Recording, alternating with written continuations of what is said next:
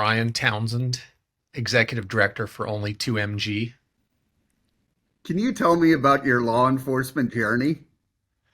Yeah, I started my law enforcement career in the 1990s, early 1990s. I was a police officer in Joplin, Missouri, a great town, a great police department. But my dream was the Drug Enforcement Administration, the DEA. So in 1999, I was hired by the DEA, went to the academy, and started a 23-year career with DEA. My first assignment out of the academy was in Little Rock, Arkansas, where I spent about 10 years. And then I went into management and was transferred to Corpus Christi, Texas. And I worked on the southwest border in South Texas for the next almost 7 years. And then I was transferred to Quantico, Virginia. The Marine Corps base is where we have our academy. And I was in charge of most in-service training for about 4 years. And then my last 2 years, I was promoted and transferred to Springfield, Missouri, where I was the resident agent in charge. So I was the boss of the Springfield, Missouri office and the 25 or so counties in Southwest Missouri that we're responsible for. So retired in 2022. And then you created your own organization. Can you tell me about that? Yeah, well, I love DEA. I had a great career, but I was ready for the next chapter of my life and felt like I was young enough and ready to move on and take that leap. So in 2022, I left DEA and started my own training and consulting business, Eagle Six Training. And then I started to, and I still do that, but then I started to work for what's called a risk center, RISS, Regional Information Sharing System. And there's six of these centers across the United States, and each of them handles a geographic portion of the U.S. And they support law enforcement, analytical support, equipment support, forensic support, and training support. And that's what I was hired to do, was a law enforcement training coordinator. So I began working with them part time, and then they convinced me to take a full time job with them doing the same thing. So I work with them training law enforcement in 9 states in the Midwest. And I still have my own training consulting business, Eagle Six Training. And then along this journey, I started a nonprofit organization, Only 2MG. And that was originally at least, specifically to address fentanyl, illicit fentanyl, and the damage and the impact that it's having on the United States. Yeah, I talk a lot about mental health, and I know some people try to help it with drugs or something bad. So, what have you seen out there that is so bad out there? Yeah, I'll say this. In 30 years of law enforcement, I've never seen a drug more impactful than fentanyl. This is a drug that's killing people from first-time drug use, and we've never had that. This generation growing up is unique in that sense. We now have a drug that can kill you from first-time use. So historically, when you die of drugs, a drug overdose or drug poisoning, I think is a more appropriate term. It was just really unheard of, right? I mean, heroin, a typical overdose of heroin is several grams, right? And with Yeah. fentanyl, it's only 2 milligrams. So we have a drug that found its way into our drug supply, and now it's contaminated pretty much all drugs, and it is killing people from first-time drug use. And most of the folks that are dying, the record number of people dying in the United States, I mean, over 100,000 a year, probably have no idea that fentanyl is in the drug that they were consuming. Whether it be a pill, whether it be heroin, whether it be methamphetamine, whether it be cocaine. I mean, fentanyl has found its way into our drug supply, and it's killing a lot of people. And as being in law enforcement, you see a lot of bad things. How do you try to help your own mental health while you see, so many bad things? I'd say a couple things about that. One is I think law enforcement's been more aware of the mental health aspect of its officers and agents and deputies and employees, I guess is a better word to use. So I think there's a recognition that we need to take care of ourselves mentally, and that we need to take care of each other. When it comes to the trauma and the things that we repeatedly see. So I'm thankful that I have seen that evolution. I can tell you when I first started my law enforcement career, you had a bad day mentally, you didn't really have anyone to talk to. I remember the first Christmas Eve and Christmas I worked were horrific child abuse cases. I mean, just I still remember the details. They're just really, really disgusting and sad. I couldn't have that discussion. When I'm in my locker changing back into my civilian clothes, I couldn't like look at the guy next to me and say, "Hey, that was a tough call." It was just we just didn't do that. Yeah. But now we have a culture that's accepting that, and it doesn't mean you're weak. It doesn't mean you're bad. It just means that you're dealing with something, and we all deal with things individually, right? And separate or uniquely, and I love that this profession, and I think there's so much more we need to do, not just in the law enforcement profession, but Yeah. in this world to still address these things, right? But for me, this has been a really therapeutic way of dealing with a lot of things that I saw in my career. I'm actively working with families who have lost loved ones to drugs, and yes, I did work with them prior with my role in DEA, but I mean I'm really on the ground a lot more dealing with them, and if I can have an impact in my way by educating people and bringing awareness to what's happening, then that helps, right? I mean I think it does, and that's how I'm kind of dealing with all the things that I saw in my career, is just by seeing if I can have some type of positive impact in a different way. I like to believe that I had a positive impact with DEA in my role as a law enforcement officer, but now I'm doing it in a different way through spreading awareness and trying to provide knowledge. What is it like talking to families? It's tough. It's tough sometimes. I talked to a father yesterday who lost his son about 10 years ago, and he's still struggling with it. It's everyday battle for him, and it gives me some strength. It gives me strength to do what I do. But it can be difficult. It really can. And one of the things I'm really trying to do with my organization is I'm probably the only person who started a nonprofit who hasn't lost a family member. If you look at every other nonprofit in this space, I mean, Yeah. talking about fentanyl and drug awareness, every one of them, they've lost a son or a daughter or someone close to them. And I think it's wonderful what they're doing. I don't, hopefully what I'm saying is not going to be misunderstood. I think it's wonderful that they found an outlet to spread awareness and hopefully prevent that pain from other families. Where I'm unique is I haven't experienced that pain within a loved one. Several friends, absolutely. Yeah. So what I'm hoping I can do is I'm hoping that I can be someone that says, hey, you don't have to have that happen in your life to make a difference. You know, I know that my resume with DEA and my law enforcement career will put people in the room. It'll get me on podcasts. It'll get me on television.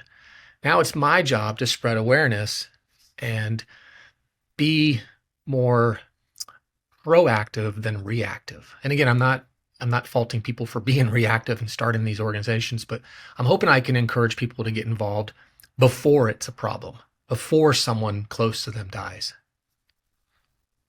Yeah, you just said you've been on national TV, podcasts, and all that. So, how does that feel to, gain the trust of people? It feels great because, I can be someone who can give factual information and empower people to make decisions, especially young people. I love talking to young people. The whole idea is to give them information that when they're faced with these decisions, that hopefully they make the right decision and understand the consequences if they don't. And I'm not naive. I know that people are still going to hear this message and they're going to still make, bad decisions in their life. But I certainly want to be someone who can provide accurate factual information and help people make informed decisions that can positively impact their lives. I want to go back to the nonprofit. What are some of your programs? So we have three programs right now. I'm the only instructor. We are trying hard to scale this. It's been a challenge.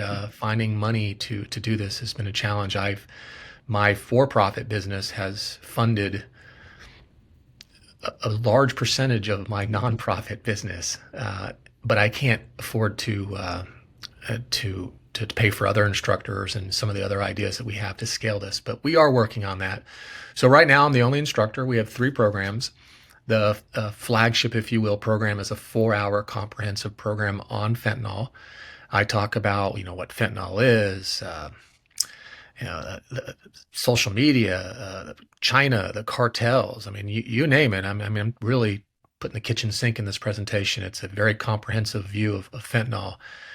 I have done that almost 100 times now. In fact, in March, I'll do my 100th presentation. I'll be in Poland, Maine, doing my 100th presentation. So last year I did 54 presentations in about 20 Wow. states. Yeah, very busy. I love to Yeah. travel. And I do these largely at no cost to the organization. I do accept donations to only 2mg to basically help me with my travel. Yeah. But I've said it from the beginning, and I don't want to ever change this. I don't want money to be a factor in whether or not we have this discussion. If an organization calls me and they have no budget, I'll figure out a way to finance a trip to their location and give this important training. If they have a budget and they can donate a few dollars to only 2mg, then wonderful. That helps me pay for my travel and also perhaps pay for travel to other locations. But that is my flagship program. I have two other programs. I have a lunch and learn, which is an hour.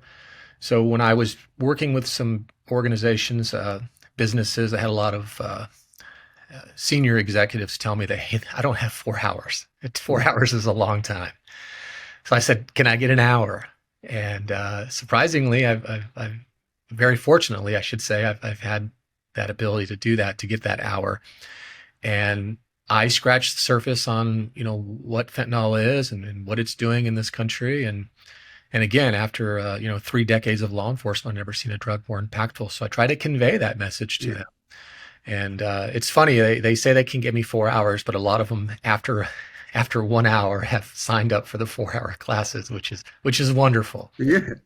And then finally, I have a program I call Shattering Dreams, and this is written for students. This is written for young people. So I have done it. The youngest grade level I've done it for it's been junior high, 5th grade, 6th grade, and then a lot of high school and a lot of college students. So that is, I call it Shattering Dreams. And that again is what fentanyl is, how dangerous it is, and how impactful it is to their generation, and how, if they make a decision to use street drugs, they're gambling with their life every time, because only 2 milligrams of fentanyl is enough to kill you. And that is all over the street drugs, like I said earlier. So that's an awareness program, and I love doing that. I love doing all of them, but I love doing that one especially because that's when I can talk directly to young people. And a lot on TV, you hear fentanyl's bad, but you don't hear any details. So, are the people that you talk to are surprised about really the extent of it? Yeah, I think so. There's a lot of misconceptions. The biggest misconception is that just being around fentanyl is going to kill you. That was started, unfortunately, by DEA and other law enforcement around 2016, 2017. And at the time, I thought the same thing. We all did. But we now know through a lot of research and just common sense that being around it will not kill you. It has to get into your body. But when we talk about it getting to your body, that's also surprises people. Not that the fact that it has to be in your body, but the amount. So when I say only 2mg, and this is the reason I called my nonprofit only 2mg, we're talking about a couple granules of salt or sand. 2 milligrams is nothing. It's barely visible to the naked eye. So one of the things I do is I'll grab a sugar packet, and a sugar packet, typically like a sweet and low package or something like that, is typically a gram. So a gram is 1,000 milligrams. So if that sugar packet were fentanyl, and it had a gram in it, which is 1,000 milligrams, then that would be enough to kill 500 people in that one little sugar package. So a lot of times I'll either show the sugar package or I'll dump it into a little vial and I'll have the students pass that around because I want them to see visually how little it takes to kill 500 people, right? And I think that's a big surprise to people is that so when I talk about pills, when I talk about some of the things, especially young people that might be experimenting with drugs, I mean, I can sprinkle this into the drugs. They're not going to know where it is, and it can kill them the first time they use it. And that's the reality of it. What is it like working with young DEA agents that want to follow your footsteps? I love it. I love young people who want to get into law enforcement. I think that's admirable. This profession has really suffered in the media and the perception over the last, I don't know, 5, 10 years. And I get it. There's some really bad things that have happened, and law enforcement needs to do better. But that is like 0.00001% of the reality of what law enforcement is. Law enforcement is a noble profession that helps people. And I'm proud of that. You know, I early on when you talk to young people, you say, "Why do you want to get in this profession?" Because I want to help people. And then they get a little jaded. They a lot of the trauma and a lot of things they see over their years, might change their perception a little. But I'm proud of the fact that after 28 years, and I'm really still, even though I'm not active, I'm still working with law enforcement every day. It's public service. It's helping people, and that, man, that warms my heart when I think about that, when I think about people that are willing to do that, willing to sacrifice everything for the for the benefit of society, right? That's a good thing. What do you do to help your own mental health? Travel helps. So I get to travel a lot to do these presentations and work with people. That's a big thing. I try to get enough sleep. I the exercise. I'm pretty good about going to the gym, but sometimes, like all people, I falter. But I have these discussions, right? I mean, I don't try to let anything boil. I don't try to just trap anything. If I have something that I need to get out, I get it out. I think that's a positive thing. I think that's a healthy thing for us to do, right? And um, but as far as activities that I think help relieve the stress, it's the travel. What is it about travel?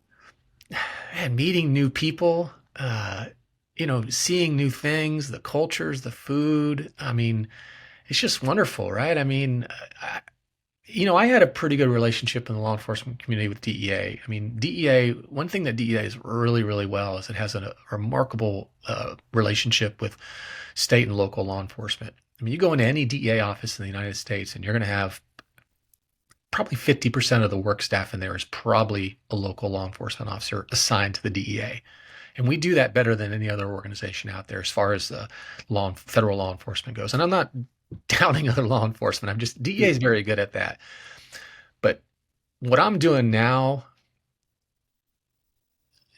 DEA doesn't hold a candle to the relationships that I'm developing. I mean, when I'm going to these towns and I'm traveling and I'm working with these police officers and it's not just law enforcement I'm working with. I work with a lot of different people in the communities. I'm having lunch with them. You know what I mean? The Right. relationship building is more, and it's always genuine. It was never not genuine when I was at DEA, but it's just a lot more, and it just feels good to get to learn other perspectives and see other people, you know, out there doing what they can to better society. And I think that's a healthy thing, and it reinforces all the things I'm thinking about and all the things that I'm trying to do, and because I'm not alone, right? There's a lot Yeah. of us who want to be uh, positive, or elements of change. How does it feel to be helping others? It feels wonderful. It really does. I'm get to know me, you'll know I don't really like to brag on myself. I really don't. But I realize that sometimes I do have to push those things out. Right.